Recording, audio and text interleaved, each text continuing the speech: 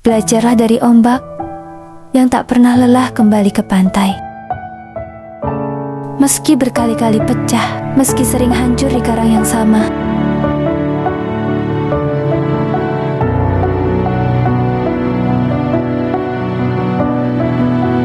ombak datang, jatuh, lalu bangkit lagi, seolah berkata, jatuh bukan akhir dari segalanya.